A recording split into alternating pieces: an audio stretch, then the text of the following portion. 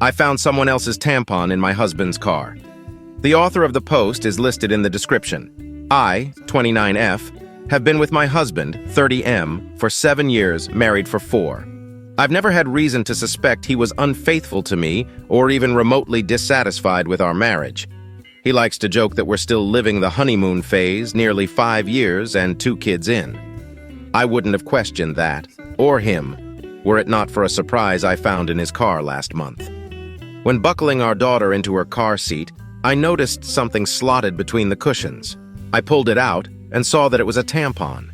This wouldn't have been so unusual had I not had an IUD that has stopped my period for the past year, and I didn't even recognize the wrapper style. I brought it to my husband's attention, and he didn't seem to understand what it was, let alone why I was holding it, until I told him where I'd found it and why I was almost certain it wasn't mine. He shrugged and said it probably belonged to his coworker, Fiona. It's not uncommon for my husband to carpool to lunch with his coworkers, and we're both fairly close to Fiona and her husband, so I figured it was entirely possible the tampon had slipped out of her purse whenever he had driven with them or offered her a ride. No big deal. I put it out of my mind until we had dinner with Fiona and her husband a couple weeks later. I had sincerely wanted to believe my husband.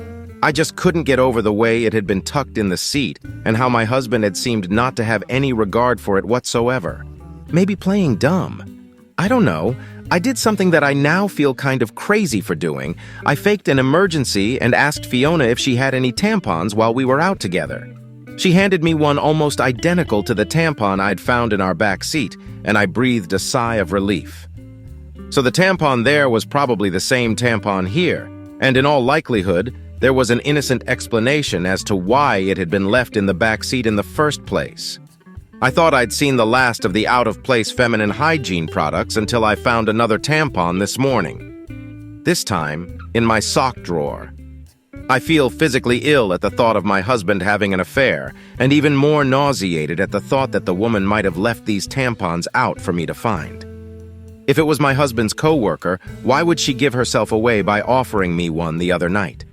In any other situation, I would want to talk to my husband about this, but I feel too sick and embarrassed to approach him with what I've found. What should I do? Relevant comments before update. I've had a period 30 years and never put a tampon in a sock drawer. Trust your gut and get cameras. Neither have I. I've considered so many explanations for the tampons that wouldn't implicate my husband, but none of them make sense, really. I'm terrified to set up a camera if it means confirming what I suspect right now. Has Fiona been over to your house and had time to plant the tampon? She's been to our house many times and vice versa. To my knowledge, she wasn't over any time in the past week, so if she planted that second tampon, she had to have found a window of time when I wasn't home. Anytime she and her husband visit, we all stay downstairs, and you'd have to go really out of your way to make it to our bedroom. That is, around our dogs, over the safety gate, past the other bedrooms. Not saying it's impossible, but definitely tricky to do on a quick bathroom break, I would guess. How old are your kids? Could they have found a tampon and put it in a random place? 2 and almost 4. Both have a mischievous streak, so I didn't want to rule out the possibility of one of them moving stuff around. But I can't imagine how they get their hands on 1, possibly 2 random tampons that I never bought. Update. Shortly after posting on here, I told my sister what happened. The tampon in the back seat and the sock drawer, my husband's cluelessness, the tampon from Fiona, and all the things I suspected but didn't want to believe. We compared tampons, save for the back seat one I had already discarded, and they were a match, just in different absorbencies. I hadn't left either in a place where my husband or daughters would have found them and moved them around. My daughters didn't know what they were or where they had come from.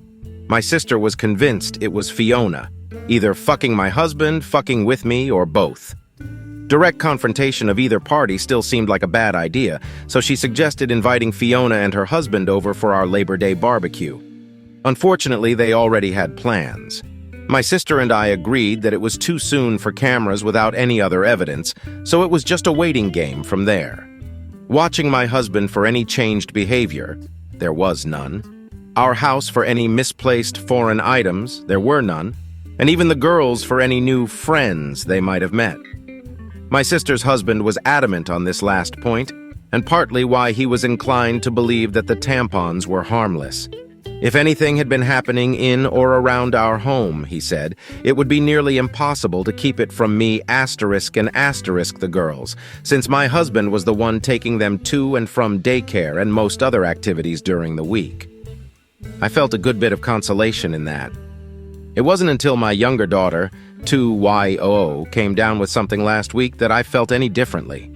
I wanted to be the one home taking care of her, but my husband insisted that I stay at work while he stayed home with her. I was okay with that. My sister and her husband figured it was a good sign that he would take the time off at a moment's notice, and at that point, we were all already beginning to put the tampon fiasco behind us. By the third or fourth day, I was just happy to see a near-healthy child and a husband who was helping see her through it. Toward the end of that week, though, I came home to something strange. The toddler that I'd left that morning in an old PJ set was now dressed in a onesie I'd never seen before, with a tiny clip in her hair. I can't say I have the sharpest memory, but I have a pretty good sense of what my kids wear on a day-to-day basis, and particularly what kinds of clothes they wear. I'd sworn off the full-length sleep suits with snaps across the front long before we'd ever had our second. The long snaps are just a pain in the ass and a no-go for efficient diaper changes, IMO. It's just not something I would dress her in, and my husband knows as much. He doesn't plan for or buy the girls' clothes, and he certainly doesn't accessorize them, so I was bewildered and kind of floored at the thought of someone around our sick child without my knowledge. I didn't think twice, and I went straight to my husband to ask if anyone had been over to see him or the girls. He seemed confused, like before, and asked me why I would think that. It had just been him and the kids all day. I asked him again if someone had so much as stopped by to say hello, and he denied it. He told me to calm down. I might have lashed out and come forward with the accusations right then and there, but our older daughter was in the room, and she sensed something was up. In a calmer voice, I asked him a third time if anyone had been around our children, and my husband swore that the girls hadn't been around anyone but him. He also denied buying new clothes or doing anyone's hair. With our daughter in the room and my emotions all over the place, I decided to leave it. I couldn't make sense of it then, and it hardly seems clearer now, after I've driven myself half crazy with explanations that aren't adding up. Relevant comments. To answer a couple questions, my 2YO can only string together a couple words at a time, and when I ask her about her time with daddy or her clothes, bow, she answers based on the cues I give her. For example, who gave you that pretty bow? And she repeats, pretty bow, back to me, or mama daddy, over and over. My older daughter, almost 4, was at daycare that morning, and she can't recall anything different from that day. Doesn't remember the PJ change or the hair clip, so my guess is she was changed sometime that morning, but I'm not totally sure. I have a 45 minutes commute to work, so stopping by for lunch isn't really feasible. My sister has been kind enough to leave work and drive past a few times here and there, and she hasn't seen anything out of the ordinary. We have a Ring camera at the front door, and I've got the app on my phone with notifs on. Nothing there yet. If anyone has recommendations for more discreet surveillance, I'd be open to it. I'm just the least tech-savvy person and worry another camera will be easy to detect LOL. Edit. And yes, we get our carbon monoxide detectors tested regularly. Is it possible one of the hair clips came from daycare? I could see the hair clip being a possibility, but less likely on the onesie. My younger daughter hadn't been to daycare in days, and if either of them had returned with something like that before, I would have noticed, especially since it was the kind of onesie I hate with a passion, LOL. People comment that they can't wait to find out the ending to this saga. My money's on the Hollywood horror ending, hopefully dreamed up the dogs too, so I can finally stop picking up their imaginary shits and whatnot. Final update. After nearly losing my mind over a hair clip and a onesie, I realized I wasn't getting anywhere with the accusations and half-baked guesswork. I'd gotten so absorbed in the paranoia and misery of my situation that I wasn't sleeping, eating, or caring for my kids the way I should have been. And I wasn't getting any answers. So I decided to pull the trigger on the hidden cameras and have them shipped to my sister's house, with my BIL agreeing to help with the install set up over at mine. Before the cameras were ever delivered, though, I got my long-awaited confirmation last week. A Ring notification had alerted me to motion at the front door while I was at work. half expecting to see a delivery person, pet, or lawn care salesman for the 15th time, you can imagine my surprise when I saw a clip of a young woman leading my daughter into the house hand in hand, with my husband and other daughter close behind them. The girls were supposed to be in daycare and my husband at work. The woman, as far as I knew, was living 2 states away with a court order keeping her there. I immediately called my husband to ask him what the fuck this woman was doing in our house. He didn't answer, so I texted it to him. Even in his stupidity, he probably realized he had messed up by going through the front door, knew I had gotten the Ring notification, and wanted to delay the inevitable. By the 5th or 6th subsequent call, though, he did pick up. The woman on the camera was my husband's sister. As I would come to find out later, she was the likely source of both tampons, the onesie, and the bow. She is also a registered sex offender and a recovering addict, who spent the better part of her adolescence and young adulthood coercing the silence of another one of my husband's family members after she had molested them. I hadn't seen or heard from her in years, and from the way my husband talked about her, I didn't expect I ever would. But here she was, in our house with our children. Suffice to say, I was livid. It wasn't an affair at all, and still somehow infinitely more disgusting knowing who it was and why all of this had been happening. Apparently, my CIL, fresh off another stint in rehab, had wanted to reconnect and make amends with people she'd hurt, and my husband was high on that list.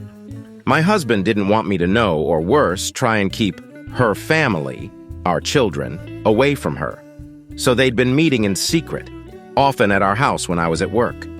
They would enter through the garage in my husband's car, so the Ring camera at the front door wouldn't tip me off.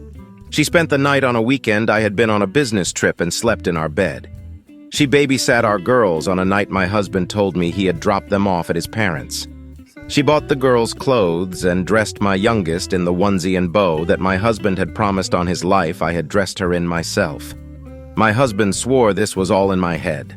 The tampons, the onesie, the bow, and all the rest. He was perfectly content to watch me agonize for weeks over a woman he insisted didn't exist, shrugging off each progressively more unsettling discovery like it was news to him and telling me I was being irrational. He insinuated that I was experiencing postpartum depression 2 years after I'd given birth. 4 years after I'd told him that one of my biggest fears for motherhood was to suffer PPD like my mother had with me, to not be fully present for our babies and be left with a world of guilt and regret as they grew older. He told me I wasn't sleeping enough, that I missed the girls too much, that I needed to take a step back and reevaluate the state of my mental health. I gave him the benefit of the doubt because he was my husband, and because no other version of events made sense. Now, after a month of this mindfuck, I have nothing to show for my trust but this pathetic situation and a lot of anger. Relevant comment? Call the cops and a lawyer. Already on it. Believe me, we're going scorched earth with this motherfucker. How do you like this story? Write your opinion in the comments. Let's get 1,000 subscribers on this channel. Love you.